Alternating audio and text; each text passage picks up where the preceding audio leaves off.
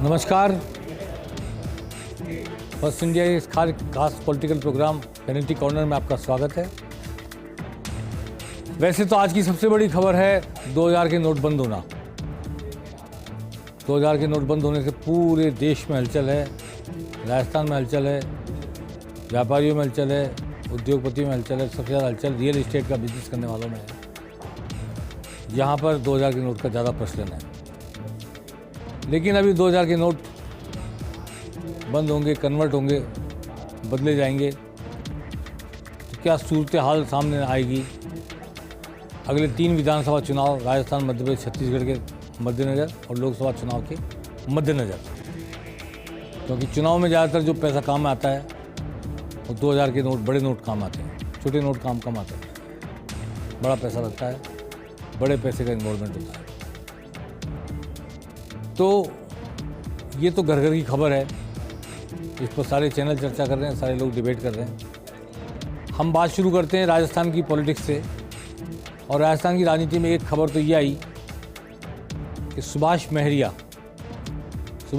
पूर्व केंद्रीय मंत्री, सीकर के सांसद रहे और वसुंधरा राजे के बहुत करीब रहे व्यक्ति ने आज भारतीय जनता पार्टी ज्वाइन की प्रदेश मुख्यालय में। प्रभारी महामंत्री अरुण सिंह, आप देख रहे हैं स्क्रीन पर, प्रदेश अध्यक्ष सीपी जोशी और पूर्व प्रदेश अध्यक्ष सतीश पूनिया तथा राजेंद्र सिंह राठौड़, नेता प्रतिपक्ष, इन चारों ने मिलकर उनका स्वागत किया, उन्हें दुपट्टा उड़ाया। ये उनकी घर वापसी है। बीजेपी से ही कांग्रेस में गए थे वो, बीजेपी के खिलाफ पहले निर्दलीय चुनाव लड़ा, हार गए, कांग्रेस में गए, फिर हार गए, लेकिन अब वो वापस बीजेपी में आ गए। 2 इम्पॉर्टेंट बातें उन्होंने राष्ट्रीय अध्यक्ष को कांग्रेस की एक चिट्ठी लिखी है, कहा कि मैंने ये किया, मैंने वो किया कांग्रेस में आके, सीकर जिले में कांग्रेस को इतनी सीटें दिलवाई विधानसभा की और मेरी बहुत बेकदरी हुई, मेरी कोई कदर नहीं हुई, इसलिए मेरी कोई उपयोगिता नहीं है, इसलिए मैं पार्टी छोड़ के जा रहा हूँ। ठीक है, जाने वाला कोई तो कारण बताता ही है, लांछन भी लगाता ही है, वो सब हो गया। और ये सारा ऑपरेशन जो आप स्क्रीन पे देख रहे हैं राजेंद्र सिंह राठौड़ का किया हुआ है। राजेंद्र सिंह राठौड़ जब से प्रतिपक्षी नेता बने हैं तब से वो एक तरह से बहुत अग्रिम पंक्ति में आकर ऑफेंसिव बैटिंग करने के मूड में लगते हैं और यहाँ ऑपरेशन करेंगे, वहाँ ऑपरेशन करेंगे। राजेंद्र राठौड़ जब से मोदी ने उनकी पीठ थपथपाई है तब से वो काफ़ी तेज तर्रार हो गए हैं। पहले भी थी, राजनीतिक समझ तो उनकी बहुत ही ज़बरदस्त है, लेकिन अब उन्होंने ये ऑपरेशन करना शुरू कर दिया कि कांग्रेस के लोग तोड़ के या भाजपा से गए लोगों को वापस जोड़ें। अब सुभाष महरिया के साथ आज 5-6 लोगों ने और ज्वाइन किया। पहले तो उनकी बात करेंगे हम। इनमें एक हैं गोपाल मीणा, जो उत्तर प्रदेश में आईपीएस थे, डीजीपी रहे शायद उत्तर प्रदेश में, और उन्होंने भी आज बीजेपी ज्वाइन की है। एक और नौकरशाह रामदेव सिंह ने बीजेपी ज्वाइन की है। ये गोपाल मीणा मेरी जानकारी में जमवा रामगढ़ से चुनाव लड़ेंगे बीजेपी के टिकट पर, अगर टिकट दिया पार्टी ने तो उनकी तैयारी वो है। और सुभाष महरिया लक्ष्मणगढ़ में गोविंद सिंह डोटासरा, जो कांग्रेस के अध्यक्ष हैं, उनसे मोर्चा लेंगे। तो गोविंद सिंह डोटासरा के सामने मोर्चा लेने के लिए आदमी लेके आ गई पार्टी। जमवा रामगढ़ में मोर्चा लेने के लिए पार्टी लेके आ गई गोपाल मीणा को। और पीआर मीणा, एक रिटायर्ड आईएएस को और आज पार्टी में शामिल किया गया। एक रामदेव सिंह हैं, उनको भी शामिल किया। वो खंडेरा से चुनाव लड़ने के इच्छुक हैं, वो भी आईपीएस हैं, रिटायर्ड आईपीएस। वो खंडेरा से चुनाव लड़ने के इच्छुक हैं। पीआर मीणा करौली के रहने वाले हैं और केंद्र सरकार में पहले वो आईएएस थे, तो यूनियन टेरिटरी में आईएएस थे, तो पुडुचेरी रहे, पांडिचेरी जिसे कहते थे पहले, वहाँ वो पावर सेक्रेटरी रहे। दिल्ली सरकार में वो सेक्रेटरी रहे। और मीणा समाज के लोग जो पूरे देश भर में फैले हुए, आईएएस, आईपीएस, आईआरएस, उनके बीच काफ़ी लोकप्रिय हैं। और किस ज़माने में वो किरोड़ीलाल मीणा के खास होदा हुआ करते थे। जब किरोड़ीलाल मीणा बीजेपी से अलग हुए तब भी जो पूरे देश भर के आईपीएस, आईआरएस को जुटाया, साधन जुटाए, उसमें पीआर मीणा भी प्रमुख थे। अब पीआर मीणा को बीजेपी ने शामिल किया है और वो सपोर्टर से रमेश मीणा के सामने मैदान में उतरने की तैयारी कर रहे थे। बीजेपी ने उस लायक उनको समझाया नहीं, ये तो बाद में पता लगा। लेकिन उनका एक सरल व्यक्तित्व है और सादगी वाला व्यक्तित्व है, तो वो जनता के काफ़ी करीब नज़र आते हैं। तो बीजेपी ने उनको शामिल किया आज, पीआर मीणा को। पीआर मीणा की बहुत ज़बरदस्त लाइजनिंग है मीणा अधिकारियों में, मीणा समाज के उन लोगों में जो देश भर में प्रशासन चलाते हैं। ये बीजेपी को एक फ़ायदा हुआ है। तो बीजेपी ने इस तरह 3-4 सीटों का आज प्रबंध किया है चुनाव लड़ने के लिए। अप्रोप्रिएट व्यक्ति ढूंढ करके पार्टी में शामिल किया है, चाहे वो IRS हैं, IPS हैं, रिटायर्ड, या फिर घर से गए हुए सुभाष महरिया हैं। तो एक तो ये है कि 3-4 सीटों का प्रबंध आज किया गया। दूसरा तथ्य ये है कि अब इनके बाद रोहिताज शर्मा, देवी सिंह भाटी, क्या इनका नंबर लगेगा? क्या ये भी वापस इनकी घर वापसी होगी? तो रोहिताज शर्मा और सुरेंद्र गोयल, जैसा मैंने कल भी कहा था, जैतारण से जिन्होंने निर्दलीय चुनाव लड़ लिया था बीजेपी के खिलाफ होकर के, मंत्री रहे, पूर्व मंत्री। रोहिताज शर्मा पूर्व मंत्री है, देवी सिंह भाटी पूर्व मंत्री हैं। तो ये तीनों भी पार्टी में आ गए, आ सकते हैं क्या? ये सवाल उठ खड़ा हुआ है। जब इतने लोग आ रहे हैं तो ये 3 क्यों नहीं? इस पर आने वाले दिनों में पता लगेगा कि रोहिताज शर्मा के प्रति पार्टी का क्या रवैया रहता है, क्योंकि रोहिताज शर्मा राजेंद्र सिंह राठौड़ के बहुत ही करीबी दोस्त रहे हैं। इनकी डॉक्टर दिगंबर सिंह की, राजेंद्र राठौड़ की और रोहिताज शर्मा की टिकड़ी हुआ करती थी। डॉक्टर दिगंबर सिंह अब दुनिया में नहीं रहे, लेकिन रोहिताज शर्मा पिछला चुनाव हार गए, 5 साल से लगभग वनवास भोग रहे थे। अब क्या उनकी पार्टी में वापसी होगी? क्या राजेंद्र राठौड़ अपने मित्र को ला पाएंगे? एक के बाद एक लाने की कोशिश करेंगे? तो ये एक प्रश्न बीजेपी के गलियारों में घूम रहा है।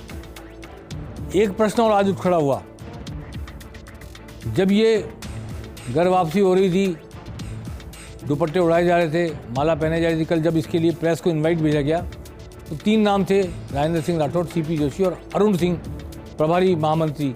ये 3 वहाँ मौजूद रहेंगे। सतीश पूनिया का नाम नहीं था उसमें, और सतीश पूनिया आ गए। और सतीश पूनिया पूर्व अध्यक्ष, जो उपनेता प्रतिपक्ष हैं अभी, उन्होंने भी स्वागत कर लिया।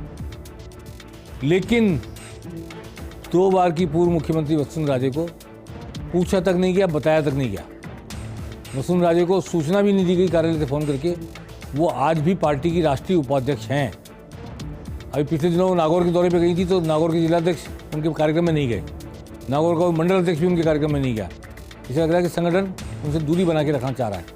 तो क्या ये दूरी कहीं ऊपर से निर्देशों के अनुसार है?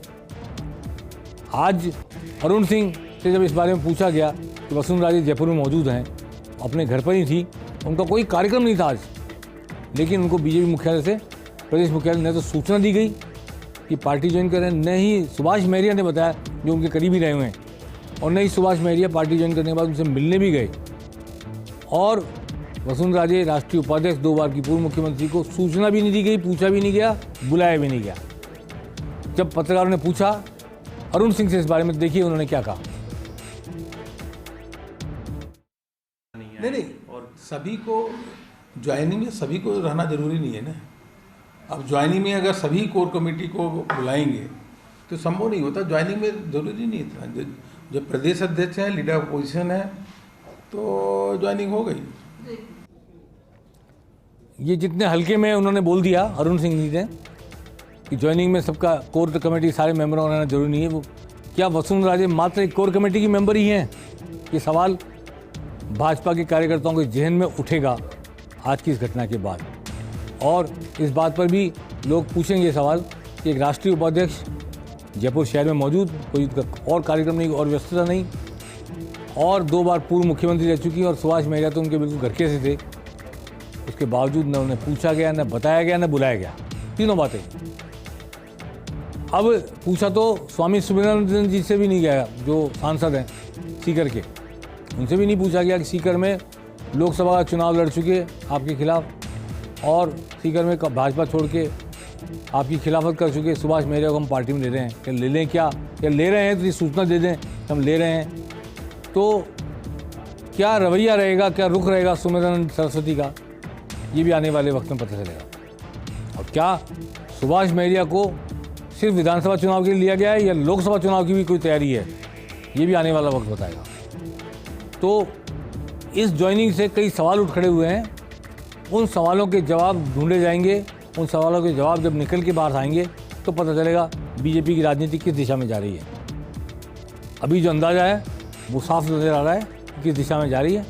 आने वाला वक्त बताएगा कि क्या सतीश पूनिया से सीपी जोशी के अध्यक्ष बनने के बाद भी वसुंधरा राजे के प्रति रवैये में आला कमान का और प्रदेश के नेतृत्व का कोई परिवर्तन हुआ है, विचार में, रुख में, रवैये में, या नहीं हुआ है। वही सतीश पूनिया अब सीपी जोशी के रूप में सामने आ गए। ये आने वाला वक्त बताएगा। चलिए वसुंधरा राजे जाने और भाजपा जाने और भाजपा के प्रभारी और प्रदेश अध्यक्ष और नेता प्रतिपक्ष जाने कि उन्हें चुनाव किस तरह लड़ना है। हम तो एक घटना थी जो असहज लगी तो उस पर मैंने पेनल्टी कॉर्नर में चर्चा करना। हो सकता है भाजपा के लोग जो यहाँ पे ऑपरेशन कर रहे हैं राजस्थान में, उनके लिए एक सहज घटना हो, लेकिन मैं पेनल्टी कॉर्नर में रेखांकित करना चाहता हूँ कि बात निकली है तो दूर तक जाएगी। ये मामूली बात नहीं है। जयपुर शहर में राष्ट्रीय उपाध्यक्ष के 2 बार की पूर्व मुख्यमंत्री के बैठे रहना घर पर और पार्टी का सुभाष मेहरा सहित 5-6 लोगों को ज्वाइन करा लेना, बिना बताए, बिना बुलाए, बिना पूछे। कोई बात नहीं, आगे चलते हैं। पार्टी में अगर कोई अंतर्द्वंद होगा तो सामने आएगा, उस पर हम फिर चर्चा करेंगे। नहीं हो अंतर्द्वंद, एकजुट होकर पार्टी लड़े, तो इससे बेहतर कोई बात नहीं। जनता के पास कन्फ्यूजन नहीं होगा, कोई संशय नहीं रहेगा।